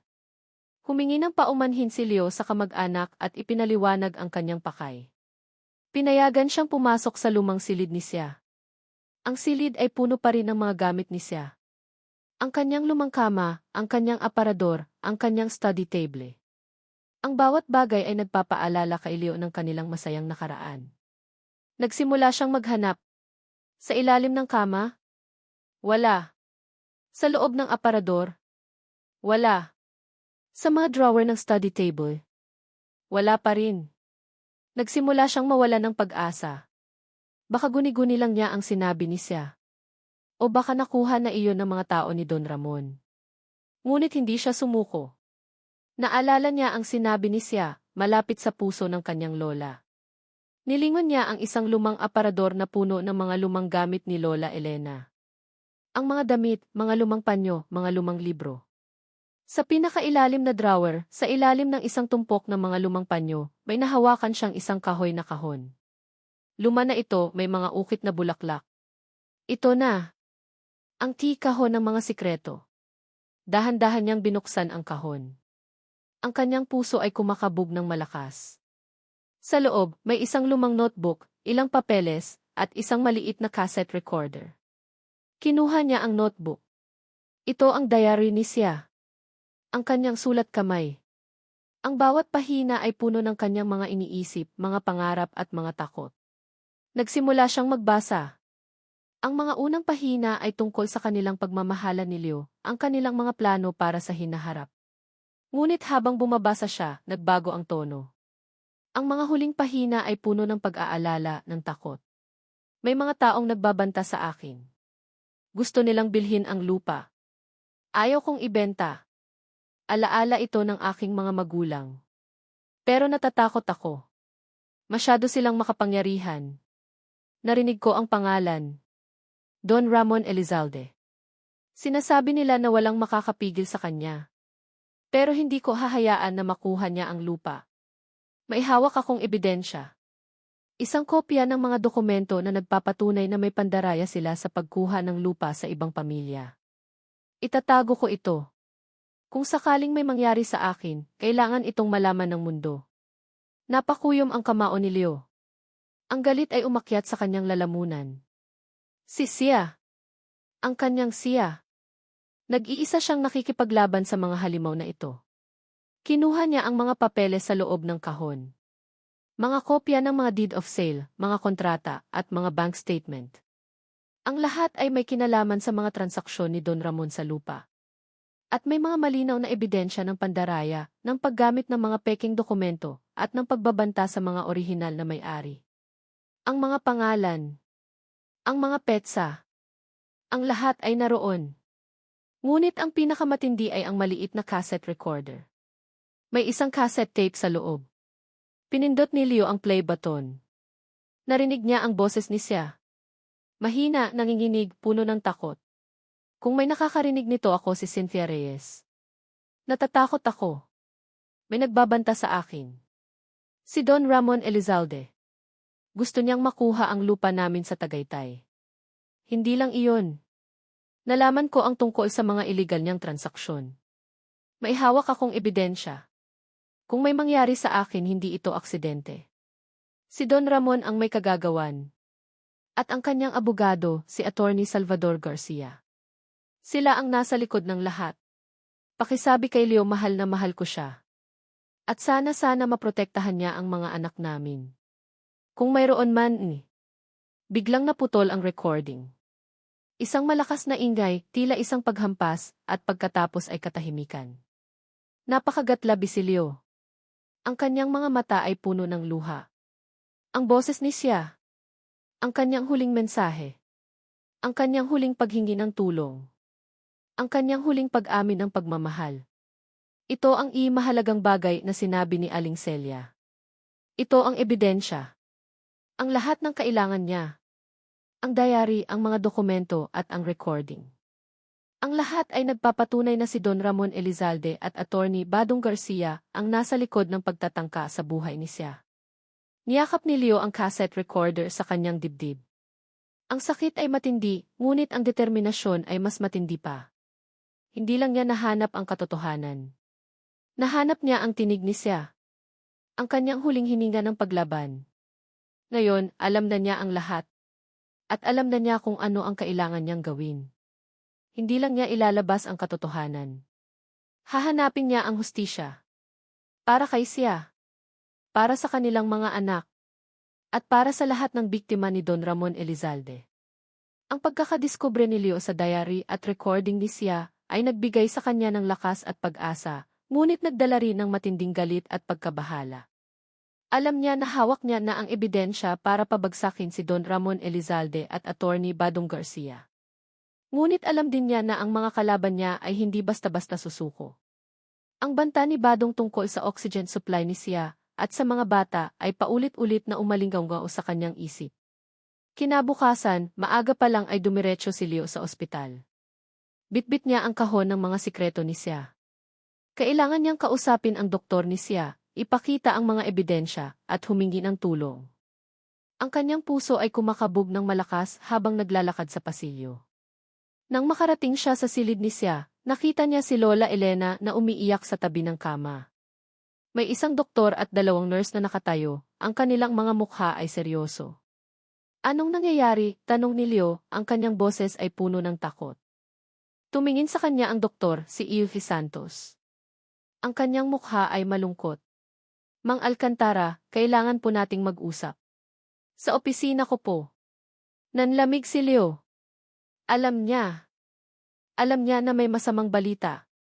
Sa opisina ni E.C. Santos, umupo si Leo, ang kanyang mga kamay ay nanginginig. Anong nangyayari, doktor? Bakit umiiyak si Lola Elena? Bumuntong hininga si E.C. Santos. Mang Alcantara, matagal na po nating inaalagaan si E.C. Reyes. 5 taon na. Ginawa na po namin ang lahat ng aming makakaya. Ngunit wala pa rin po siyang pinapakitang pagbabago. Ang kanyang kondisyon ay nananatiling kritikal. At ngayon mayroon po kaming natanggap na utos. Utos? Anong utos? Tanong ni Leo, ang kanyang boses ay halos hindi marinig. Isang court order po, sabi ni E.F. Santos, at inilapag ang isang dokumento sa mesa. Mula po sa korte. Nag-file po ang isang partido ng petisyon para sa withdrawal of life support para kay Igmes Reyes sa kadahilanang prolonged vegetative state at no hope for recovery. Nanlaki ang mga mata ni Leo. Withdrawal of life support. Ibig sabihin tatanggalin ang oxygen. Papayagan siyang mamatay. Hindi. Hindi pwede, sigaw ni Leo, tumayo mula sa kanyang upuan. Buhay siya. May pag-asa pa. May mga anak siya. At may ebidensya ako na hindi ito basta-basta aksidente. May nagtangka sa buhay niya. Kinuha ni Leo ang kahon at inilapag sa mesa ang diary, ang mga dokumento, at ang cassette recorder. Pakinggan niyo ito, Doktor. Ito ang boses ni Sia. Sinabi niya na si Don Ramon Elizalde at Attorney Badong Garcia ang may kagagawa ng lahat. Kinuha ni E. Santos ang cassette recorder at pinakinggan ang recording. Habang pinapakinggan niya ang nanginginig na boses ni Sia, nagbago ang kanyang ekspresyon. Mula sa pagiging propesyonal, naging awa at pagkabigla. Mang Alcantara, naiintindihan ko po ang sitwasyon ninyo, sabi ni E. Santos, ibinaba ang recorder. Pero ang court order na ito ay legal. Hindi po namin pwedeng suwayin. Kung hindi po namin susundin, mawawalan po kami ng lisensya. At ang ospital, magkakaroon po ng malaking problema. Pero paano ang hustisya? Paano ang buhay ni Sia? Tanong ni Leo, ang kanyang boses ay puno ng desperasyon. Kailangan niyo pong gumawa ng legal na hakbang, Mang Alcantara, sabi ni E. Santos, malungkot. Kailangan niyo pong hamunin ang court order na ito. Kailangan niyo pong patunayan sa korte na may foul play at may pag-asa pa si Ime Reyes. Ngunit bago pa makasagot si Leo, bumukas ang pinto. Pumasok si Attorney Badong Garcia, kasama ang dalawang lalaki na mukhang bodyguard. Ang kanyang ngiti ay nakakakilabot. Magandang umaga, Doktor, bati ni Badong, tiningnan si Leo ng may paghamak. Mukhang abala kayo. Nandito lang ako para siguraduhin na nasusunod ang court order. Attorney Garcia, sabi ni E. Santos, ang kanyang boses ay matigas. May mga bagong ebidensya po na ipinakita si Mang Alcantara. May kinalaman po ito sa kaso ni Ime Reyes. Ebidensya, tumawa si Badong. Mang Alcantara, huwag po kayong magpapaniwala sa mga guni-guni ng isang desperadong tao. Ang court order ay court order. At kailangan itong sundin. Hindi ko hahayaan na gawin niyo ito kay Sia, sigaw ni Leo, lumapit kay Badong. Aba, sabi ni Badong, tinaasa ng kilay si Leo. Mukhang nakakalimutan mo na ang posisyon mo, Mang Alcantara. Hindi lang ang buhay ni Cynthia ang nasa kamay namin. Ang mga anak mo, alam mo ba kung gaano kadali silang kunin mula sa iyo? Biglang nanlaki ang mga mata ni Leo. Ang mga bata. Ito ang pinakamasakit na banta. Mayroon din po kaming court order para sa custody ng mga bata, patuloy ni Badong, at inilabas ang isa pang dokumento. Sa kadahilanang hindi sapat ang kakayahan ni Mang Alcantara na magbigay ng maayos na pangangalaga at suporta sa mga bata. At sa kadahilanang ang mga bata ay ipinanganak sa isang komatos na ina na nangangailangan ng mas propesyonal na pangangalaga. Para siyang sinaksak ng 1,000 beses. Ang mga anak niya. Ang mga anak nila ni Sia. Gusto nilang kunin. Hindi. Hindi niyo sila makukuha, sigaw ni Leo, ang kanyang boses ay puno ng galit at desperasyon. Mang Alcantara, kalma po, sabi ni E. Santos. Kalma, sigaw ni Leo, tumingin kay E. Santos. Paano ako kakalma kung gusto nilang patayin ang asawa ko at kunin ang mga anak ko? Kung hindi ka susunod, Mang Alcantara, sabi ni Badong, ang kanyang ngiti ay lumalim, mas masahol pa sa nangyari kay Cynthia ang mangyayari sa iyo. At sa mga bata. Napakuyom ang kamao ni Leo. Gusto niyang suntukin si Badong. Gusto niyang ipagtanggol ang kanyang pamilya. Ngunit alam niya na wala siyang magagawa. Wala siyang kapangyarihan. Wala siyang pera. Umalis si Badong sa opisina, iniwan si Leo na nakatayo, nanginginig. Lumabas si Leo sa opisina ni E. Santos, ang kanyang mga paa ay tila nagsasayaw. Nakita niya si Lola Elena na umiiyak pa rin sa tabi ng kama ni Sia. Ang mga bata ay nakaupo sa sahig, naglalaro, walang malay sa nagaganap. Lumapit si Leo sa mga bata. Niyakap niya si Luis, Lia, Deve, at Lira ng mahigpit. Hindi ko kayo hahayaang mawala, bulong niya, ang kanyang mga luha ay umagos sa balikat ni Luis. Hindi ko kayo hahayaan na kunin nila. Kinuha niya ang kanyang cellphone. Kailangan niya ng tulong. Kailangan niya ng kaibigan. Tinawagan niya si Mang Berting. Berting, kailangan ko ang tulong mo. Kailangan ko ang tulong niyo ni Aling Nena. Nasa panganib kami. Nasa panganib si Sia at ang mga bata. Sa kabilang linya, narinig niya ang pagkabigla sa boses ni Mang Berting. Anong nangyayari, Leo? Kalma ka. Sabihin mo sa akin. Anong nangyayari? Hindi makasagot si Leo. Ang kanyang boses ay nalunod sa kanyang hikbi. Ang kanyang mundo ay gumuho. Ang kanyang pamilya ay nasa bingit ng kapahamakan. At siya, bilang isang ama at asawa, ay tila walang magawa. Tiningnan niya si Sia na walang malay pa rin. Ang mga monitor ay nagpapakita ng kanyang mahinang tibok ng puso. Alam niyang oras na.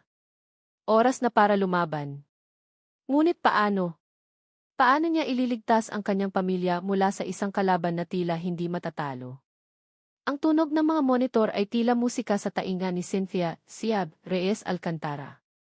Sa loob ng 5 taon, ang mga tunog na ito ay naging bahagi ng kanyang pagtulog, isang malabong background sa kanyang walang katapusang panaginip.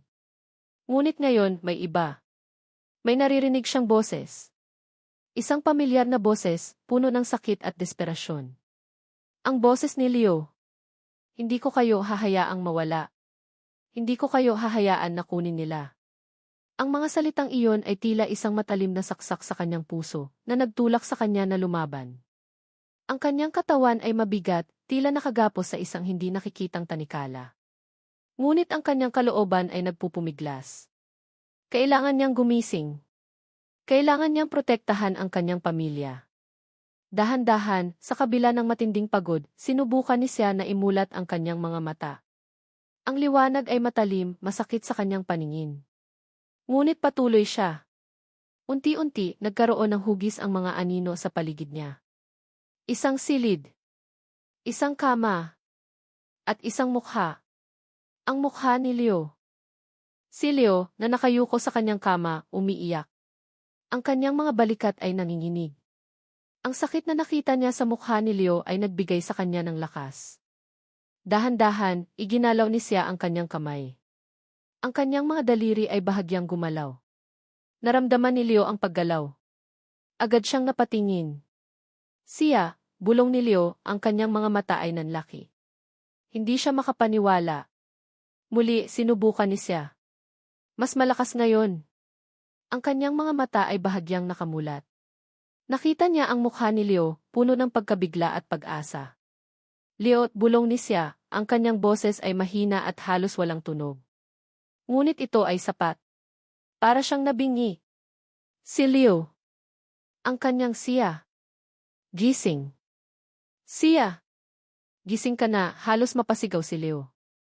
Agad siyang lumabas ng silid, tinawag si Lola Elena at ang mga nurse. Si Lola Elena, na nakatulog sa isang silya, ay nagising sa sigaw ni Leo. Agad siyang lumapit sa kama ni Sia. Nang makita niya ang kanyang apo na nakamulat ang mga mata, napasigaw din siya. Sia! Salamat sa Diyos! Gising ka na, apo, umiiyak si Lola Elena, hinawakan ang kamay ni Sia. Dumating ang mga nurse at doktor. Agad nilang sinuri si Sia. Ang kanyang mga vital signs ay nagpapabuti. Isang himala. Nang makita ni Sia ang mga mukha ng kanyang mga anak, si Luis, Lia, Dehe, at Lira, na nakasilip sa pintuan, puno ng pagtataka at kagalakan, isang mainit na damdamin ang bumalot sa kanyang dibdib. Ang kanyang mga anak. Ang dahilan kung bakit siya lumaban. Mama, bulong ni Lia, at tumakbo patungo sa kanya, kasama ang kanyang mga kapatid. Niyakap ni Sia ang kanyang mga anak, kahit hirap pa siyang gumalaw. Ang bawat yakap ay tila nagbibigay sa kanya ng bagong buhay. Nang maging matatag na ang kondisyon ni Sia, kahit mahina pa, kinailangan niyang malaman ang lahat. Ikinuwento ni Leo ang kanyang paghahanap, ang pagkakita niya sa mga bata, ang pagkakadiskubre niya sa ospital, at ang lahat ng nalaman niya tungkol kay Don Ramon at Badong. Ipinakita niya ang diary ni Sia, ang mga dokumento, at ang cassette recorder. Habang pinapakinggan ni Sia ang kanyang sariling boses sa recording, ang kanyang mga mata ay nanlaki. Ang mga alaala ay bumalik, malinaw na parang kahapon. Ang aksidente. Ang banta. Ang pagtatangka na patayin siya. Tama ka, Leo, sabi ni Sia, ang kanyang boses ay mahina ngunit matigas. Hindi ito aksidente. Sinubukan nila akong patayin. Dahil sa lupa. Dahil sa mga ebidensya na hawak ko. At ngayon, gusto nilang tanggalin ang life support mo at kunin ang mga bata, sabi ni Leo, ang kanyang mga mata ay puno ng galit. Napakuyom ang kamao ni siya. Ang galit ay bumalot sa kanya. 5 taon siyang walang malay, 5 taon siyang inabuso, 5 taon siyang pinagsamantalahan. At ngayon, gusto pa rin nilang kunin ang lahat sa kanya. Hindi ko hahayaan, sabi ni siya, ang kanyang boses ay puno ng determinasyon. Hindi ko hahayaan na makatakas sila. At hindi ko hahayaan na kunin nila ang mga anak ko. Sa sumunod na mga araw, kahit mahina pa, si siya ay naging sentro ng kanilang plano. Si Leo, Mang Berting, at Aling Nena ay nagtipon sa silid ni siya. Kailangan nating ilabas ito sa publiko, sabi ni Leo. Kailangan nating ipakita sa lahat kung anong klaseng tao si Don Ramon Elizalde. Pero delikado iyan, Leo, sabi ni Mang Berting. Masyadong makapangyarihan si Don Ramon. Maaari tayong balikan. Hindi na tayo pwedeng magtago, Berting, sabi ni siya, ang kanyang mga mata ay nagniningas. 5 taon na akong nagtago. 5 taon na akong walang malay. Hindi na ako papayag na matakot. Kailangan nating lumaban. Nagplano sila.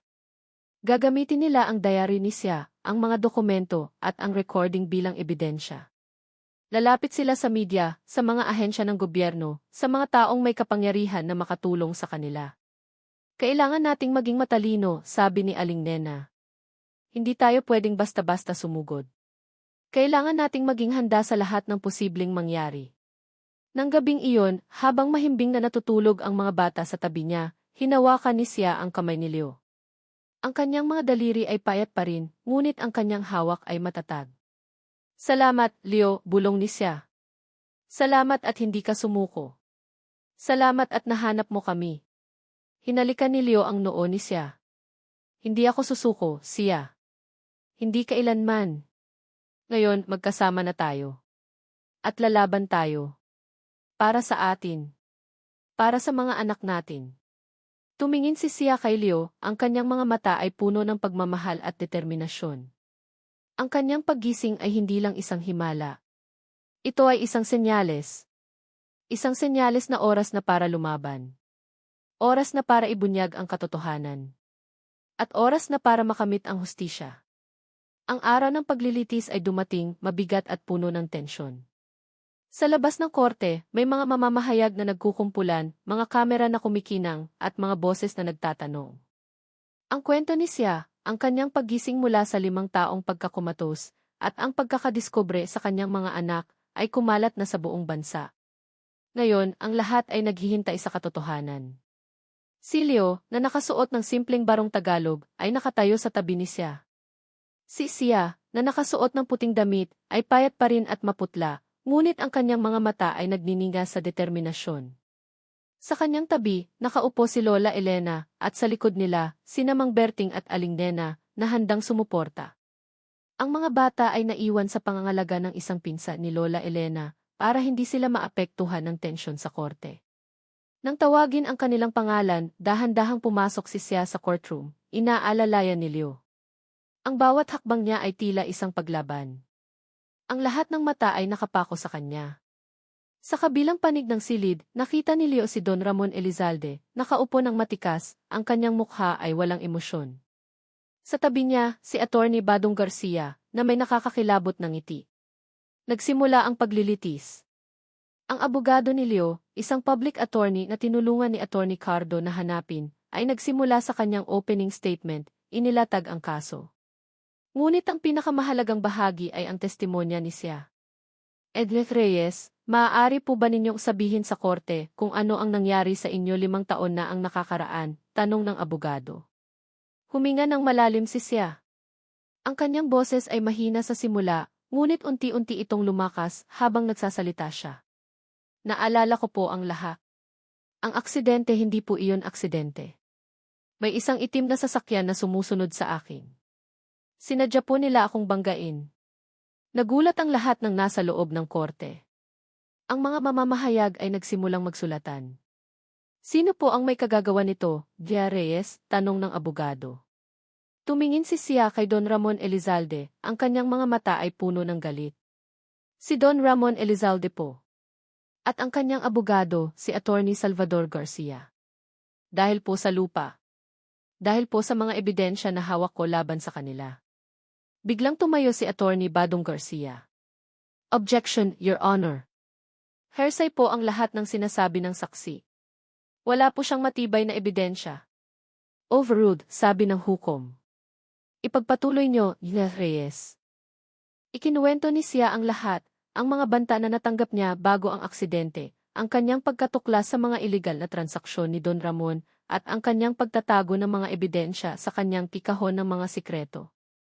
Ang bawat salita ay tila isang saksak sa puso ni Leo na nakikinig ng may matinding emosyon. Pagkatapos ng testimonya ni Sia, tinawag si Leo sa witness stand. Hawak niya ang diary, ang mga dokumento, at ang cassette recorder. Mang Alcantara, ano po ang hawak ninyo? Tanong ng abogado. Ito po ang diary ng aking kasintahan, si Cynthia Reyes, sabi ni Leo, ang kanyang boses ay matigas. At ito po ang mga dokumento na nagpapatunay sa pandaraya ni Don Ramon Elizalde sa pagkuha ng lupa. At ito po kinuha niya ang cassette recorder. Ito po ang huling mensahe ni Sia. Ang kanyang huling pag-amin. Ang kanyang huling paghingi ng tulong. Pinatugtog ni Leo ang recording. Ang boses ni Sia ay umalinggaw sa buong courtroom. Ang kanyang nanginginig na boses na nagpapahayag ng takot, ng banta, at ng pangalan ni Don Ramon at Badong. Ang tunog ng paghampas. At pagkatapos ay katahimikan. Ang lahat ng nasa loob ng korte ay tahimik. Si Don Ramon Elizalde ay nanatiling walang emosyon, ngunit ang kanyang mga mata ay tila nagliliyab sa galit. Si Attorney Badong Garcia ay namumutla, ang kanyang ngiti ay naglaho. Your Honor, sabi ni Leo, ang kanyang mga mata ay nakapako kay Don Ramon. Ang lahat ng ito ay nagpapatunay na hindi aksidente ang nangyari kay Sia. Ito ay isang pagtatangka sa pagpatay. At ang mga taong ito ang may kagagawan. Tumayo si Attorney Badong Garcia, ang kanyang boses ay nanginginig. Your Honor, hindi po mapagkakatiwalaan ang mga ebidensyang ito. Maaari po itong peke. Maaari po itong gawa-gawa lang ng isang taong desperado. Ang mga dokumento po ay may mga selyo at pirma, sabi ng abogado ni Leo. At ang diary po ay may sulat kamay ni Ynes Reyes. Maaari po itong i-authenticate. At ang recording po, malinaw po ang boses ni Ynes Reyes. Nag-iisip ang hukom. Tiningnan niya ang mga ebidensya, at pagkatapos ay tiningnan niya si Don Ramon at Badong. Sa dami ng mga bagong ebidensya na iniharap, sabi ng hukom, ang kanyang boses ay malakas at malinaw, at sa bigat ng mga akusasyon, ang korte ay nagdedesisyon na pansamantalang suspindihin ang paglilitis na ito. Kailangan nating suriin ang lahat ng ebidensya. At kailangan nating magsagawa ng mas malalim na investigasyon. Nagliwanag ang mukha ni Leo. Isang panalo. Hindi pa tapos ang laban, pero ito ay isang malaking hakbang. Ngunit nang tumingin siya kay Don Ramon Elizalde at Attorney Badong Garcia, nakita niya ang kanilang mga mata. Ang kanilang mga mata ay puno ng matinding galit at paghihiganti. Alam nila na sila ay nasa bingit ng pagbagsak. At alam ni Leo na hindi sila basta-basta susuko. Umalis si Leo at Sia sa courtroom, kasama ang kanilang mga taga-suporta. Ang mga mamamahayag ay nagsimulang magtanong, ngunit hindi sila sumagot. Hinawakan ni Leo ang kamay ni Sia ng mahigpit. Ang laban ay hindi pa tapos. Ngunit ngayon, mayroon na silang pag-asa. At mayroon na silang hustisya sa kanilang panig. Ang paghinto ng paglilitis ay hindi nangangahulugang tapos na ang laban, ngunit ito ay isang malaking tagumpay.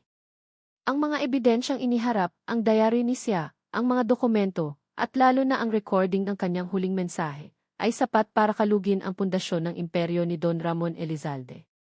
Ang kanyang kapangyarihan, na matagal nang ginagamit para manloko at manakit, ay unti-unting gumuguho. Kinabukasan, ang balita ay kumalat na parang apoy sa tuyong damo. Ang mga pahayagan ay puno ng mga headline tungkol sa kaso ni Cynthia Reyes, ang babaeng nagising mula sa 5 taong pagkakumatos, upang ibunyag ang katotohanan. Ang mga larawan ni Leo at Sia sa labas ng korte ay nasa front page ng lahat ng diaryo. Ang mga balita sa telebisyon at radyo ay walang tigil sa pagtalakay sa kaso. Ang publiko ay nagalit, nagulantang sa kasakiman at kalupitan ni Don Ramon. Si Leo, na nasa ospital kasama si Sia, ay nakikinig sa radyo. Ang bawat balita ay nagbibigay sa kanya ng pakiramdam ng katarungan. Ang mga tao ay nagagalit. Ang mga tao ay sumusuporta sa kanila. Hindi ko akalain na ganito kabilis ang lahat, bulong ni Sia, na nakahiga pa rin sa kama, ngunit mas malakas na ang kanyang boses. Ang katotohanan ay may sariling paraan para lumabas, Sia, sagot ni Leo, hinawakan ang kamay niya. At ang boses mo, iyan ang nagtulak sa lahat ng ito. Hindi nagtagal, dumating ang balita. Si Don Ramon Elizalde ay inaresto sa kanyang mansyon sa Makati. Ang mga pulis ay may hawak na warrant of arrest para sa kasong frustrated murder, estafa, at iba pang krimen. Ang mga larawan ng pag-aresto sa kanya ay kumalat sa social media. Ang dati matikas na Don Ramon ay nakita na nakaposas, ang kanyang mukha ay puno ng galit at kahihiyan. Kasunod nito, si Attorney Salvador Badong Garcia ay inaresto rin sa kanyang opisina. Ang kanyang mga koneksyon at impluensya ay hindi na nakatulong sa kanya. Ang kanyang ngiti ay naglaho, napalitan ng takot. Nang marinig ang balita, napaluha si Leo.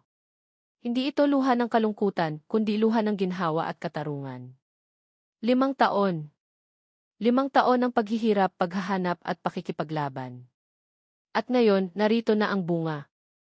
Salamat sa Diyos, bulong ni Lola Elena, na nakaupo sa tabi ni Sia, umiiyak din, salamat at nakamit din ang hustisya.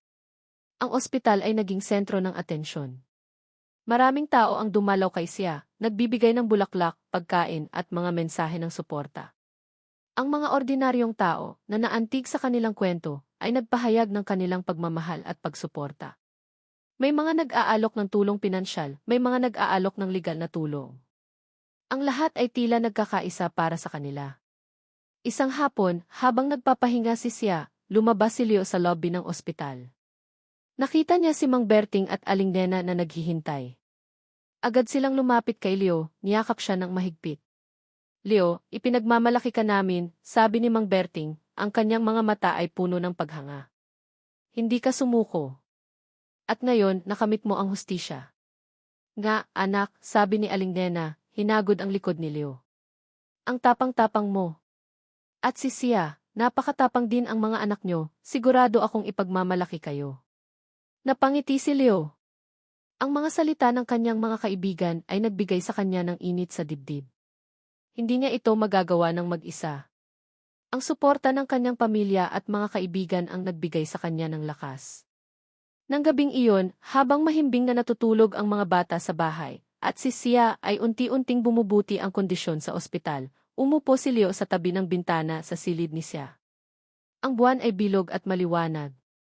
Ang mga ilaw ng Maynila ay kumikinang sa dilim. Hinawakan niya ang kamay ni Sia. Ang kanyang mga daliri ay hindi na kasing lamig ng dati. May bahagyang init na. Sia, bulong ni Leo, nagtagumpay tayo. Nakulong na sila. Malaya na tayo. Dahan-dahang iminulat ni Sia ang kanyang mga mata. Ngumiti siya ng mahina. Alam ko, Leo. Nararamdaman ko. Tinitigan ni Leo ang mukha ni Sia. Ang kanyang mukha ay payat pa rin, ngunit may bahid na ng kulay. Ang kanyang mga mata ay hindi na walang buhay, kundi puno ng pag-asa. Mahal na mahal kita, Sia, bulong ni Leo. Mahal na mahal din kita, Leo, sagot ni Sia. At salamat. Salamat at hindi ka sumuko. Salamat at nahanap mo kami. Nagkatitigan sila, ang kanilang mga mata ay puno ng pagmamahal at pag-unawa. Ang kanilang paglalakbay ay mahaba at puno ng sakit, ngunit ang kanilang pag-ibig ay nanatiling matatag. Sa labas ng bintana, ang araw ay dahan-dahang sumisikat. Ang mga sinag ng araw ay dahan-dahang gumagapang sa kalangitan, nagbibigay liwanag sa madilim na mundo. Ito ay isang bagong araw. Isang bagong simula. Alam ni Leo na hindi pa tapos ang lahat. Ang paggaling ni Sia ay mahaba pa. Ang pagbuo ng kanilang pamilya ay isang proseso. Ngunit sa pagbagsak ng kanilang mga kalaban at sa pagkakaisa ng kanilang pamilya, alam niya na kaya nilang harapin ang anumang pagsubok. Ang kanilang pag-ibig ang kanilang pinakamalaking sandata. At ito ang magdadala sa kanila sa isang mas maliwanag na kinabukasan. Ang pagbagsak ni Don Ramon Elizalde at Attorney Badong Garcia ay nagdala ng kapayapaan sa buhay ni Leo at Sia, Ngunit ang tunay na laban ay nagsisimula pa lamang, ang laban para sa paggaling at pagbuo ng isang pamilya. Si Sia, na 5 taong nakahiga, ay kailangan pang dumaan sa mahabang proseso ng physical therapy. Ang bawat hakbang ay masakit, ang bawat galaw ay mahirap, ngunit ang pagtingin sa mga mata ni Leo at sa mga ngiti ng kanyang mga anak ang nagbibigay sa kanya ng lakas. Araw-araw, si Leo ang kanyang pinakamalaking taga-suporta. Siya ang nag-aalalay sa kanya sa paglalakad, ang nagpapainom sa kanya ng gamot, at ang nagbabasa ng mga kwento sa kanya. Ang kanyang pasensya ay walang katapusan, ang kanyang pagmamahal ay walang kondisyon. Kaya mo yan, Sia, bulong ni Leo habang inaalalayan siya sa paglalakad sa pasilyo ng ospital. Ang kanyang mga kalamnan ay nanghihina pa, at ang bawat hakbang ay tila isang pagsubok. Ang hirap, Leo, sagot ni Sia, halos maiyak sa sakit. Konting tiis pa, mahal, sabi ni Leo, hinalikan ang kanyang noo. Hintayin ka ng mga anak natin sa bahay. Ang mga bata, sina Luis, Lia, Deve at Lira, ay madalas bumisita sa ospital. Sa simula, si Sia ay nahirapang makipag-ugnayan sa kanila. 5 taon siyang wala at ang mga bata ay lumaki nang wala siya. Si Luis, ang panganay, ay tila may pag-aalinlangan pa rin. Si Elia, na matalino at mapanuri, ay laging may tanong. Sina Deve at Lira, ang kambal, ay mas madaling makipag-ugnayan, ngunit kailangan pa rin ang panahon para maging pamilyar sa kanya. Isang hapon, habang nagbabasa si Sia ng libro sa kanyang kama, lumapit si Elia. Mama, totoo po ba na kayo ang mama namin? Tanong niya, ang kanyang mga mata ay puno ng inosenteng pagtataka. Napangiti si Sia. Anak, ako ang mama mo. At ikaw si Elia, ang aking magandang Lia. Hinawakan niya ang kamay ni Lia. Pero bakit po kayo nawala ng matagal? Tanong ni Lia. Bumuntong hininga si Sia. May masamang nangyari, anak. Nagkasakit si mama. Pero ngayon, gising na ako. At hindi na ako mawawala sa inyo. Dahan-dahan, sa tulong ni Leo, sinimulan ni Sia ang proseso ng pagiging isang ina. Nagluto siya ng paboritong pagkain ng mga bata, kahit hirap pa siyang tumayo. Nagbasa siya ng mga kwento sa kanila bago matulog at kinantahan sila ng mga lulabi na matagal na niyang hindi nakakanta. Ang pinakamahalagang sandali ay nang lumabas na si Sia sa ospital. Ang kanilang maliit na apartment ay hindi na sapat para sa kanilang lumalaking pamilya. Sa tulong ni Mang Berting at Aling Nena, nakahanap sila ng isang mas malaking bahay sa isang tahimik na subdivision.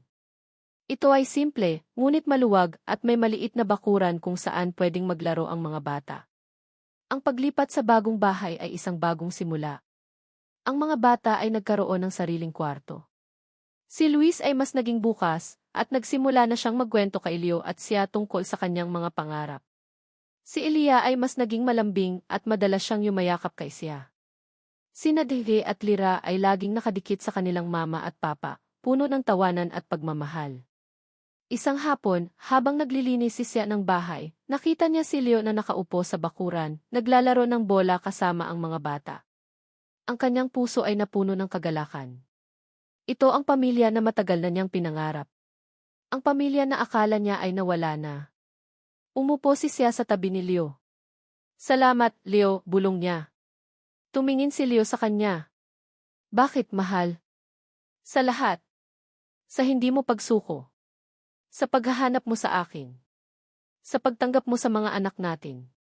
Sa pagiging ama sa kanila. Sa pagiging asawa sa akin. Hinawakan ni Leo ang kamay ni Sia. Hindi ko kailanman kayang sumuko sa iyo, Sia. At ang mga bata, sila ang pinakamagandang regalo na ibinigay mo sa akin. Ang pamilya natin ito ang pangarap natin. Nagkatitigan sila, ang kanilang mga mata ay puno ng pagmamahal at pag-unawa. Ang kanilang paglalakbay ay puno ng sakit at pagsubok, ngunit ang bawat pagsubok ay nagpatibay sa kanilang pagmamahalan. Ngunit sa kabila ng lahat ng kaligayahan, may isang maliit na anino pa rin sa puso ni Sia. Ang mga alaala ng nakaraan, ang takot na muling mawala ang lahat. Ang paggaling niya ay hindi lang pisikal, kundi emosyonal din. Kailangan niyang harapin ang mga trauma ng nakaraan. Nang gabing iyon, matapos niyang patulugin ang mga bata, umupo si Sia sa tabi ng bintana. Tiningnan niya ang buwan na nagbibigay liwanag sa tahimik na gabi. Ang kanyang mga anak ay mahimbing na natutulog. Si Leo ay nasa kabilang kwarto, nagbabasa. Ang lahat ay tila perpekto. Ngunit ang tanong ay nananatili, maaari ba silang tuluyang makalimot sa nakaraan? Maaari ba silang mabuhay ng walang takot? Ang paggaling ay isang proseso at ang pagbuo ng pamilya ay isang patuloy na paglalakbay. Ang araw ay sumisikat sa silangan, nagbibigay ng ginintuang liwanag sa bagong umaga. Sa bakuran ng kanilang bagong bahay, abala ang lahat sa paghahanda para sa isang maliit na selebrasyon. Hindi ito isang ingranding kasal, kundi isang simpleng seremonya upang muling pagtibayin ang pagmamahala ni Leo at siya sa harap ng Diyos at ng kanilang pamilya. Si Leo, na nakasuot ng puting polo at maong, ay abala sa pag-aayos ng mga upuan. Ang kanyang puso ay puno ng kagalakan at pasasalamat. Matagal na panahon ang lumipas simula nang huli niyang maramdaman ang ganitong kapayapaan. Papa, tulungan na po namin kayo, sigaw ni Luis, na maihawak na isang maliit na upuan. Sumunod sa kanya sina Lia, Defe, at Lira, na may dalang mga bulaklak na pinitas nila sa bakuran. Salamat mga anak, sabi ni Leo, umiti. Ang bawat tawag nila sa kanya ng si Papa ay tila musika sa kanyang tainga. Sa loob ng bahay, si Sia ay naghahanda, inaalalayan ni Aling Nena. Ang kanyang puting baro ay simple ngunit eleganteng tingnan. Ang kanyang buhok ay nakalugay at ang kanyang mukha ay puno ng ningning. Ang kanyang katawan ay mas malakas na ngayon at ang kanyang mga galaw ay mas matatag. Ang ganda-ganda mo, anak, bulong ni Aling Nena habang inaayos ang buhok ni Sia. Salamat po, Aling Nena, sagot ni Sia, umiti. Hindi ko po ito magagawa kung wala kayo. Dumating si Mang Berting, may dalang isang maliit na gitara. Handa na ba ang lahat? Tanong niya, umiti. Magpaparinig ako ng kanta para sa inyo. Nang maging handa na ang lahat, lumabas si Sia sa bakuran, inaalalayan ni Leo. Ang mga bata ay tumakbo patungo sa kanila, niyakap sila ng mahigpit. Sa ilalim ng isang malaking puno, kung saan nakalagay ang isang maliit na altar, nagsimula ang seremonya. Walang pari, walang hukom. Tanging sila, ang kanilang mga anak at ang kanilang mga mahal sa buhay. Hinawakan ni Leo ang kamay ni Sia. Ang kanyang mga mata ay puno ng pagmamahal.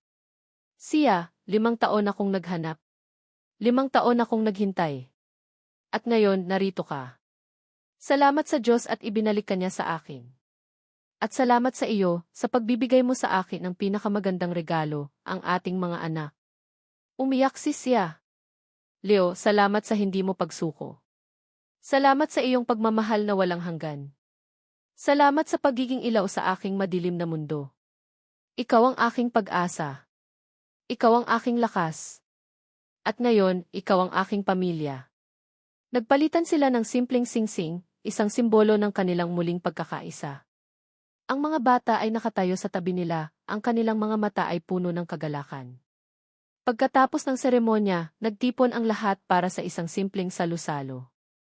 May inihaw na isda, adobo at sariwang gulay. Ang tawanan at kwentuhan ay umalinggaw sa buong bakuran. Ang mga bata ay naghahabulan, ang kanilang mga tawa ay tila musika. Nang gabing iyon, matapos niyang patulugin ang mga bata, umupo si Leo sa tabi ni Sia sa kanilang kwarto. Ang buwan ay sumisinag sa bintana, nagbibigay ng malambot na liwanag. Akala ko hindi na mangyayari ito, Leo, bulong ni Sia, sumandal sa kanyang balikat. Akala ko, habang buhay na akong magiging bilanggo ng dilim. Hindi ko hahayaan iyon, Sia, sabi ni Leo, niyakap siya ng mahigpit. Hindi ko hahayaan na may makasakit sa iyo. Hindi ko hahayaan na may makasira sa pamilya natin. Tiningnan ni Sia si Leo, ang kanyang mga mata ay puno ng pagmamahal. Ang pagmamahal mo, Leo, iyan ang nagbigay sa akin ng lakas. Iyan ang nagtulak sa akin na gumising. Ikaw ang aking himala. Ngumiti si Leo. At ikaw, Sia, ikaw ang aking pag-asa. Ikaw ang nagpatunay na ang pag-ibig ay tunay. Na ang pag-asa ay laging naroon kahit sa pinakamadilim na panahon. Nagkatitigan sila, ang kanilang mga puso ay nagkakaisa. Ang kanilang kwento ay hindi lang tungkol sa paghahanap at paglaban. Ito ay tungkol sa kapangyarihan ng pag-ibig, ng pananampalataya, at ng pamilya. Ang kanilang paglalakbay ay nagpatunay na kahit gaano kahirap ang pagsubok, basta't may pagmamahalan, kayang lampasan ang lahat. Sa labas ng bintana, ang mga bituin ay kumikinang sa kalangitan. Ang hangin ay sariwa, at ang tunog ng mga kuliglig ay nagbibigay ng payapang musika. Ang pamilya Alcantara ay natutulog na, ligtas at masaya. Ang kanilang bahay ay puno ng pagmamahal, at ang kanilang mga puso ay puno ng pasasalamat. Ang buhay ay puno ng mga pagsubok, at alam ni Leo at siya na hindi pa tapos ang lahat. Ngunit sa bawat hamon na kanilang haharapin, alam nila na magkasama sila. Magkasama silang lalaban. Magkasama silang magmamahalan. At magkasama silang bubuo ng isang mas maliwanag na kinabukasan, bilang isang pamilya na pinagtibay ng pagsubok, at pinag-isa ng pag-ibig na walang hanggan. At dito nagtatapos ang kwento ni Leoberto at Cynthia, isang paglalakbay na puno ng pagsubok, pagmamahalan, at walang hanggang pag-asa. Sa aming mga minamahal na mambabasa at tagapakinig. Isang taos-pusong pasasalamat po sa inyong lahat na sumuporta at sumubaybay sa bawat kabanata ng kwentong ito. Ang inyong presensya ay naging inspirasyon upang buuin at tapusin ang bawat pahina. Ang pagsusulat ng kwento ni Leo at siya ay hindi lang basta pagtatala ng mga pangyayari, ito ay isang emosyonal na paglalakbay na aking personal na pinahalagahan. Ang bawat luha, tuwa, takot, at pag-asa na naranasan ng mga karakter ay naramdaman ko rin habang isinusulat ang bawat linya. Maraming salamat sa inyong pagtanggap sa kanilang mga karanasan at sa inyong pagmamahal sa kanilang mga anak. Hangad ko na ang kwentong ito ay nag-iwan ng marka sa inyong mga puso. Naway na ipakita nito ang kapangyarihan ng pagmamahalan na kayang labanan ang pinakamadilim na pagsubok. Ang pag-asa ay laging naroon, kahit sa gitna ng matinding dilim, at ang pamilya ang ating pinakamalaking sandata. Naway naramdaman ninyo ang mensahe ng pagpapatawad at ang kahalagahan ng muling pagbangon. Walang pagsubok na hindi kayang lampasan basta't may pananampalataya, pag-ibig at pagkakaisa. Maraming salamat po muli sa inyong lahat. Sana ay marami pa tayong pagkakataong magkasama sa iba pang mga kwento at paglalakbay. Huwag po kayong mag-atubiling ibahagi ang inyong mga saloobin at damdamin. Ang inyong mga komento ay mahalaga para sa akin. Hanggang sa muli!